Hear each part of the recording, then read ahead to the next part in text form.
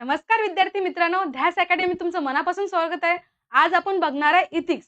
आपल्याला माहित आहे इथिक्स हा 250 मार्काचा पेपर आहे, ज्यामध्ये पहिला पार्ट थिअरी येतो, दुसरा पार्ट केस स्टडी, जो आपण नंतर बघणार आहे. आज आपण नॉर्मली बघणार आहे की इथिक्स म्हणजे काय, नैतिकता हा विषय का घेतला, किती झाला, कोणत्या अकॅडमीने घेतला.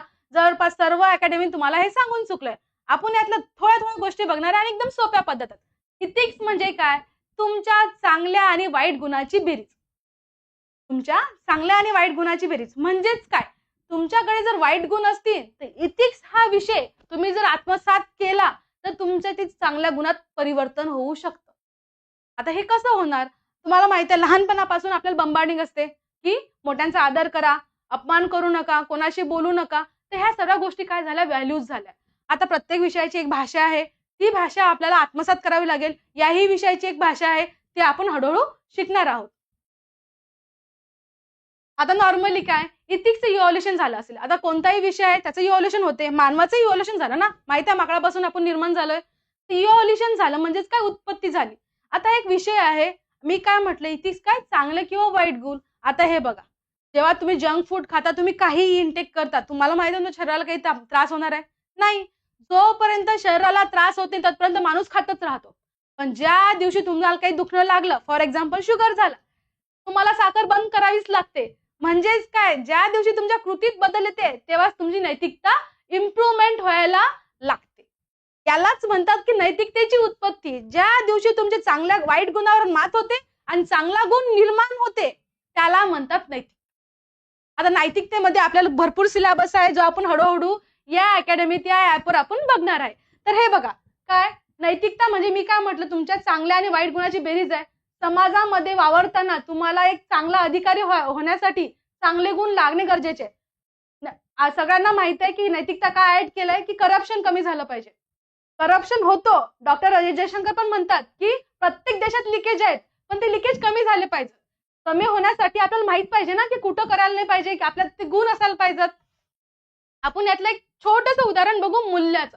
त्यातला एक विषय आहे, जो इथिक्स हा सब्जेक्ट आहे, त्यातला एक महत्वाचा विषय किंवा त्यातला एक पार्ट म्हणला जाईल म्हणजे मूल्य. तर मूल्य कसं काय, आता एक बघा, कोणत्या गोष्टीला एक तर किंमत असेल किंवा मूल्य असेल.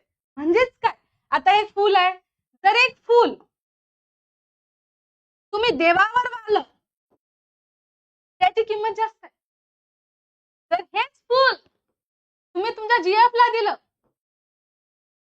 ही 2 एरो टाकतीये, म्हणजेच काय, एक तर तुमचं ऍक्सेप्ट होईल, एक तर तुमच्या कानाखाली बसेल. हेच फूल जर खाली पडलं तर याला कोणतीही किंमत राहत नाही. मूल्याची कसं ठरतं, कोणत्याही गोष्टीला मूल्य कसं ठरतं, मूल्य म्हणजेच काय, तुमचा चांगुलपणा, तुमचा स्वभाव, तुमचे प्रेम, सद्भावना, हे आपले मूल्य झाले, तुमच्याकडे असणाऱ्या व्हॅल्यूज. आणि व्हॅल्यूज कोण ठरवतं, तर यात खूप संकल्पना आहेत, ज्यात माणसाचं चांगलं होईल, माणसासाठी केलेले गुण. आता बघा, 2 प्रवृत्तीचे लोक आहेत. एकाने रॉकेट केलं, एकाने अणुबॉम्ब तयार केला, केमिकल अणुबॉम्ब. हिरोशिमा नागासाकी माहित आहे ना, तर हा त्याच्या वाईट प्रवृत्तीचा परिणाम आहे. आणि चांगल्या प्रवृत्तीचा परिणाम म्हणजेच काय, की आणखी खूप गोष्टी केल्या आहेत की देशाला, लोकांसाठी सेव्ह करण्यासाठी केलेल्या गोष्टी. तर ही प्रवृत्ती म्हणजेच काय, नैतिकता.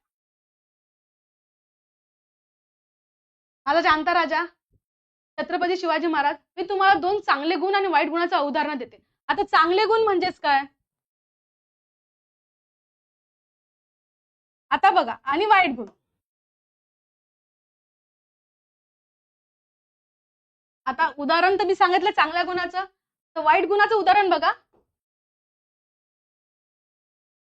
काय कमी होतो या बाबाला, सर्वच होतो, सोन्याची लंका होती, आपण 1-1 रुपयासाठी मरतोय.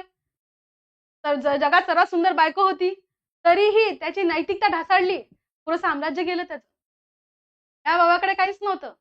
स्वतःची नैतिकता एवढा चरमला, एवढ्या एवढ्या एक्स्ट्रीम पोझिशनला नेली, म्हणजेच काय झालं, त्यांनी त्यांचं स्वराज्य निर्माण केलं. एकाने निर्माण केलं, एकाने नैतिकता ढासळली, म्हणून त्याचं स्वराज्य हे डिस्ट्रॉय झालं. तर जर तुम्हाला स्वतःचं स्वराज्य निर्माण करायचं असेल तर तुम्हाला नैतिकता हा विषय शिकावाच लागेल आणि त्यात तुम्हाला इम्प्रूव्हमेंट करावीच लागेल. आता यात काय, तर आपल्याला बाबासाहेब आंबेडकर, गांधीजी यातले खूप सारे विचारवंत आहेत, ते तुम्हाला माहित आहेत, त्यांचे व्हॅल्यूज तुम्हाला माहित आहेत. पण त्या पेपरात कशा लिहायच्या, त्यांच्या संकल्पना कशा घ्यायच्या, हे मी तुम्हाला खूप साध्या आणि सोप्या असेच एक्झाम्पल घेऊन सांगणार आहे. आणि त्यात महत्वाचं म्हणजेच काय, की त्यांनी केलेले कार्य, जेव्हा तुम्ही इथिक्सचा पेपर लिहिता तेव्हाच तुम्ही संविधानाला धरून जर लिहिला तर तुमचे मार्क्स व्हॅल्युएडेशन कसं होईल, जे तुमची रँक आता 200 असेल तेच रँक तुम्हाला लवकरात लवकर म्हणजे 1-10 पर्यंत, एक रँक 1, 2, 3, 4 पर्यंत कशी नेता येईल याचं व्हॅल्युएडेशन आपण करू शकतो. आणि सर्वात महत्वाचं म्हणजे काय, सर्वात इझी सब्जेक्ट आहे, जरी नवीन असला तरी काय होईल, तुम्हाला जर साध्या सोप्या पद्धतीत जर सांगणार असेल तर नक्कीच ना तुम्ही त्यात इम्प्रूव्हमेंट करणार. आणि एवढा चांगला विषय आहे जो माणसाला माणूस बनून जगवतो, तर तो विषय आपण शिकायला पाहिजे का? जरी तुम्ही UPSC, MPSC करत नसाल तरी सुद्धा तुम्ही इथिक्स शिकायलाच पाहिजे. तो आपण लवकरात ही बॅच घेऊन येणार आहे. या बॅचमध्ये आपल्याला खूप साऱ्या गोष्टी इथिक्स मधील जे केस स्टडीज आहेत, नॉर्मल जो व्हॅल्यूज आहेत, जे सर्व गोष्टी आहेत ते सर्व व्यवस्थित साध्या सोप्या पद्धतीने आपण शिकणार आहोत. आणि या अकॅडमीत आपल्याला एकदम सर्व साध्या कमी पैशात तुम्हाला सर्व विषय मिळणार आहेत. तो नक्की जॉईन करा.